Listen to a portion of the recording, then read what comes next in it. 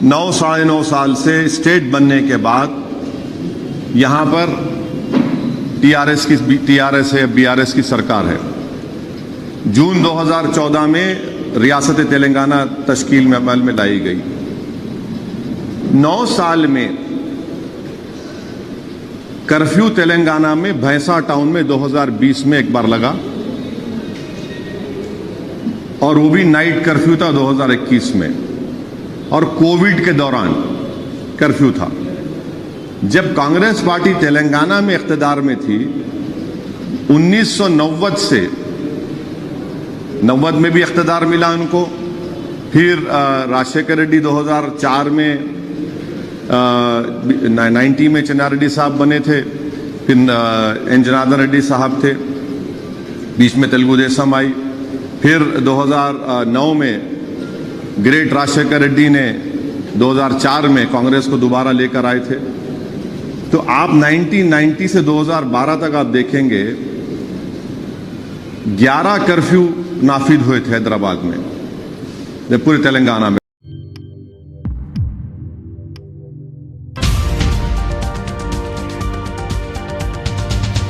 साढ़े नौ साल से स्टेट बनने के बाद यहां पर टीआरएस है, बीआरएस की सरकार है। जून 2014 में रियासत तेलंगाना तश्कील में अमल में लाई गई। 9 साल में कर्फ्यू तेलंगाना में भैंसा टाउन में 2020 में एक बार लगा और वो भी नाइट कर्फ्यू था 2021 में, और कोविड के दौरान कर्फ्यू था।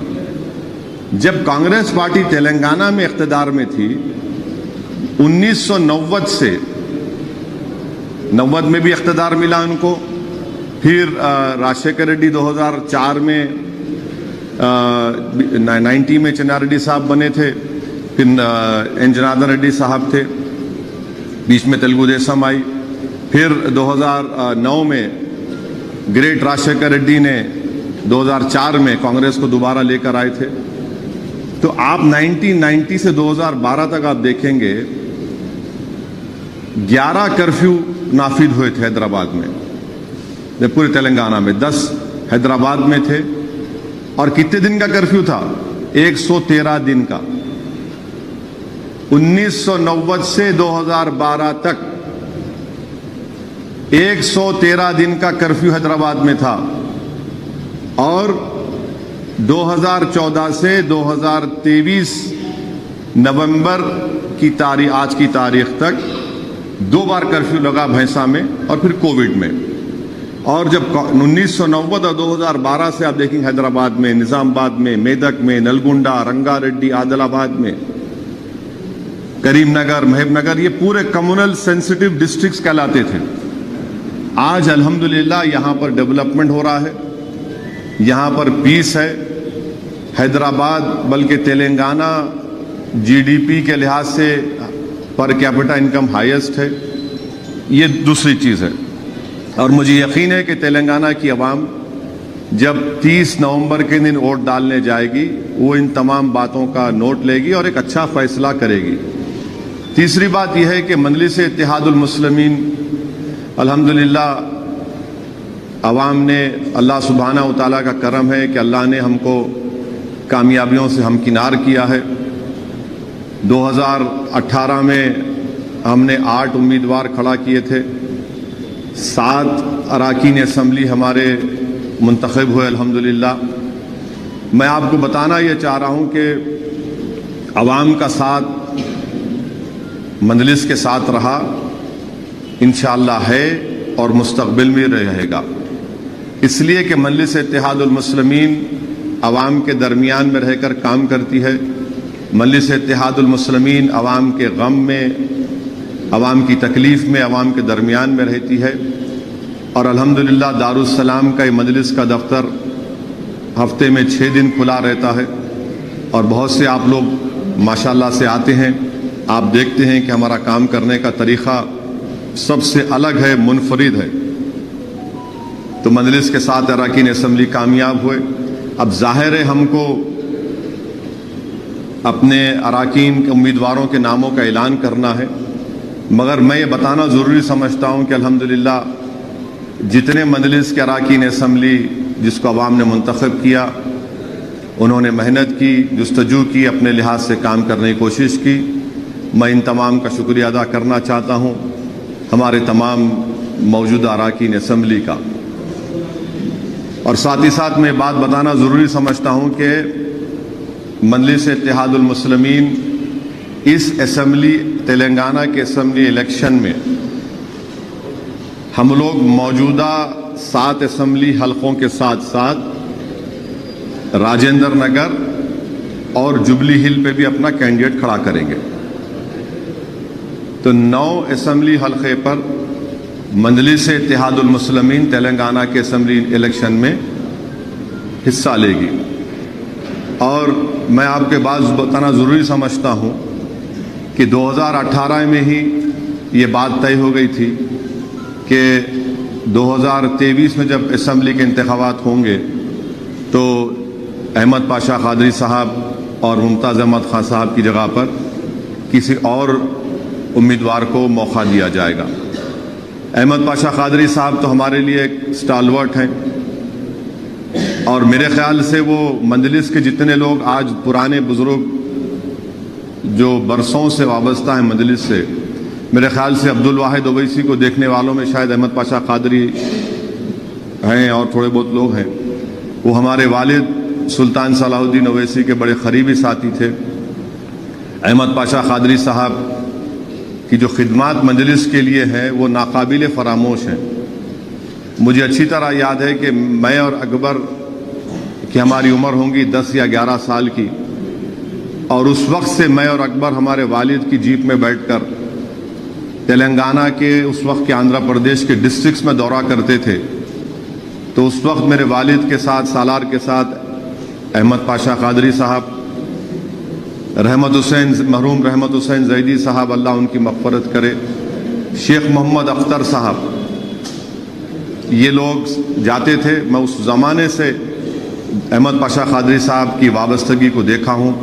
अहमद पाशा कादरी साहब कई मरतबा सालार के साथ जेल में भी गए, और बहुत कम लोग जानते हैं कि अहमद पाशा कादरी साहब जेल में मरहूम कायद के सामने बैठकर नाते सुनाते थे जेल में। और अहमद पाशा कादरी साहब की जितनी मैं तारीफ़ करूं, उनकी खिदमात के बारे में बोलूं, बहुत कम होगा मेरे लिए। और बेइंतहा बेलोस तरीक़े से मजलिस की खिदमत करते आए, और इंशाअल्लाह मुझे यकीन है कि आइंदा भी वो मजलिस इत्तेहादुल मुस्लिमीन की और खिदमत करेंगे। मुझ जैसे कमज़ोर इंसान की वो रहबरी भी करेंगे, अपने मशवरों से मुझे आरास्ता करेंगे। मुमताज़ अहमद खान साहब मजलिस इत्तेहादुल मुस्लिमीन के रुकने बल्दिया थे, कॉरपोरेटर थे पहले वो, फिर उसके बाद 94 में एमएलए बने। 1996 में मुमताज़ अहमद खान साहब, सालार का पार्लियामेंट इलेक्शन था, मजलिस में नहीं थे, तब भी मुमताज़ अहमद खान साहब सालार के इलेक्शन में काम किए। पार्लियामेंट इलेक्शन में जो वेंकैया नायडू साहब इलेक्शन में लड़े थे, फिर मुमताज़ अहमद खान साहब मजलिस में आए। मैं अकेले एमएलए था, फिर हम 2 एमएलए हुए। 99 में अल्हम्दुलिल्लाह दोबारा मजलिस के एमएलए बने, फिर 2004 में एमएलए बने, 2009 में बने, 2014 में बने, फिर 2018 में बने। तो माशाअल्लाह से मुमताज़ अहमद खान साहब से मेरे पर्सनल ताल्लुकात भी हैं और मैं उनको बहुत करीब से जानता हूँ। मैं इस मौके पर उनकी मरहूम वालदा का जिक्र करना इसलिए ज़रूरी समझता हूँ कि उनकी मरहूम वालदा बड़ी नेक बख्त खातून थी और इतना मुझसे मोहब्बत से पेश आती थी। अल्लाह उनकी मग़फ़रत करे वो मरहूमा की। बड़ी मोहब्बत से उनकी वालदा मुझसे मिलती थी। हमें जब कभी भी उनसे मिला, झुक के मिला, मेरे सर पे हाथ रख कर दुआएँ देती थी। अल्लाह उनकी मग़फ़रत करे। और ख़ास तौर से मुमताज़ अहमद खान साहब के वो 2 मामू, मसूद शाह खां साहब जो शिकागो में हैं, ये लोग अपनी जवानी में मजलिस का साथ दिए थे। आज अमेरिका में है, क़याम पज़ीर हैं। अल्लाह उनकी हर मुश्किल को आसान करे। वो लोग बड़ी मोहब्बत से सरपरस्ती करे, आज भी करेंगे, मुझे यकीन है। फिर मैं इस मौके पर नहीं भूलना चाहूँगा हमारे कलीम हसन साहब को।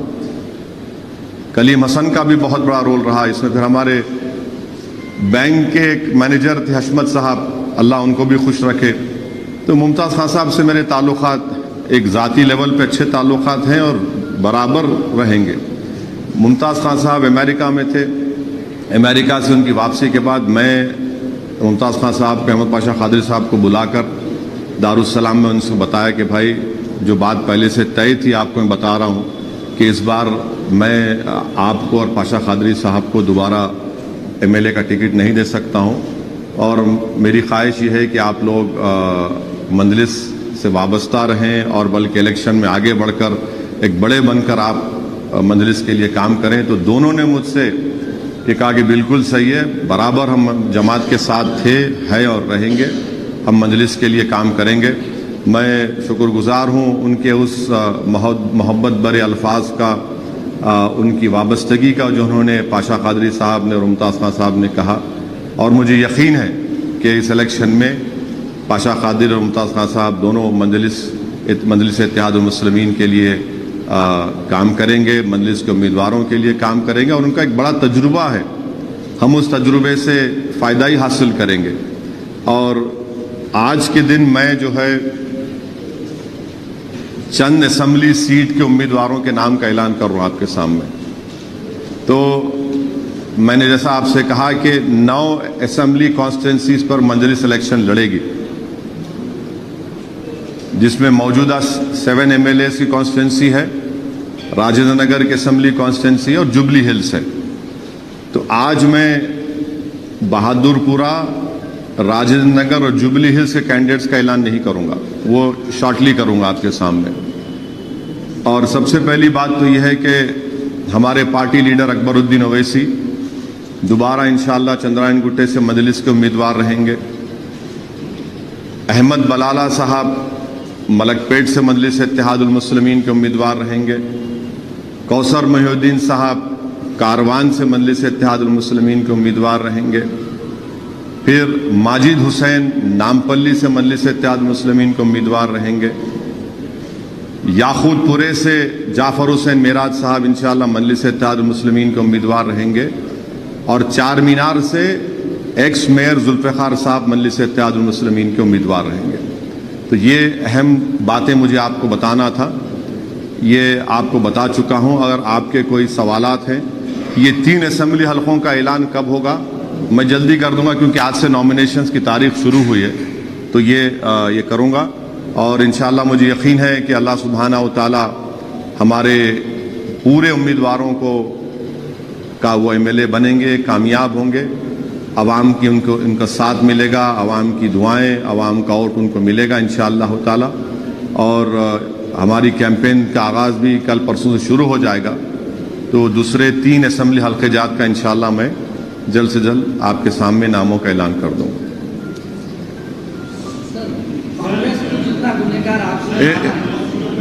हाँ,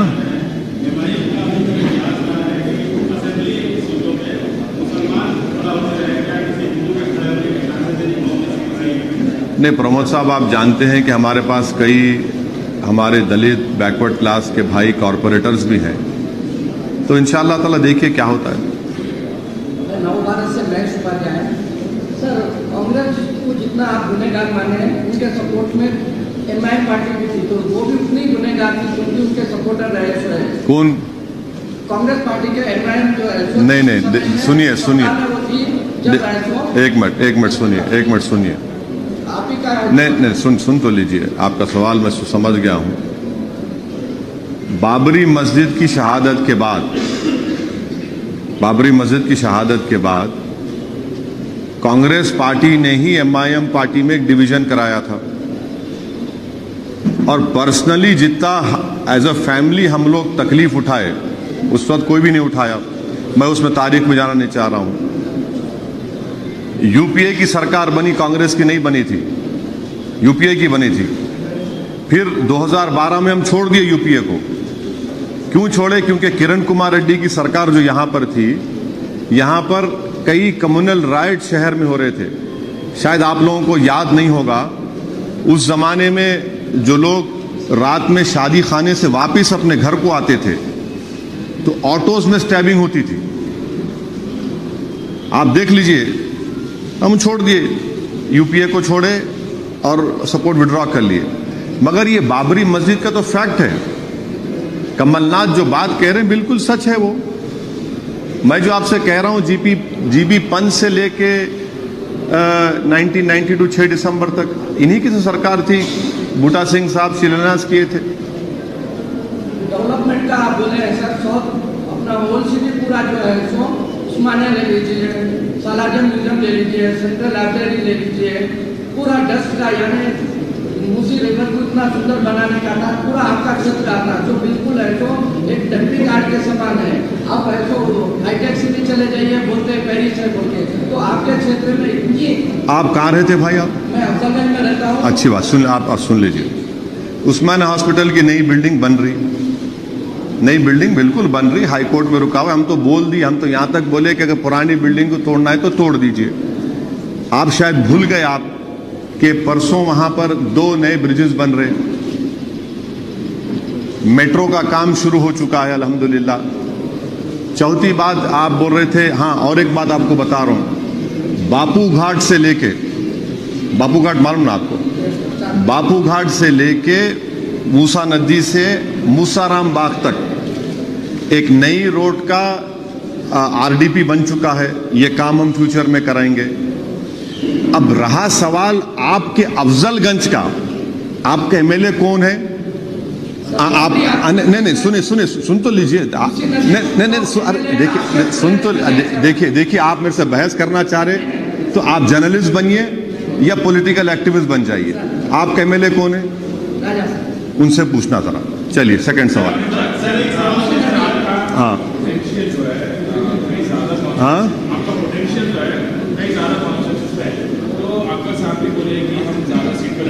तो आपने सीट तो बढ़ाया है, मगर 50 सीट 40 सीट या फिर जो 26 माइनॉरिटी असेंबली कॉन्स्टिट्यूंसीज हैं जो कि माइनॉरिटी वोट्स मायने रखते हैं, वो कॉन्स्टिट्यूंसीज में वहां पे क्यों नहीं जा रहे हैं? निजामाबाद में भी क्यों नहीं जा रहे हैं? ये पार्टी का फैसला है, पार्टी का फैसला है।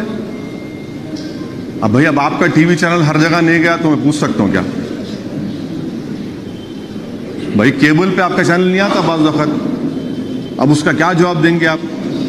आपके मैनेजमेंट का फैसला है, तो हमारा भी फैसला है। और हम खुला बोल दिए, जहां पर एमआईएम का कैंडिडेट रहेगा वहां पर आप वोट डालिए, जहां पर नहीं रहेगा आप मामू का साथ दीजिए।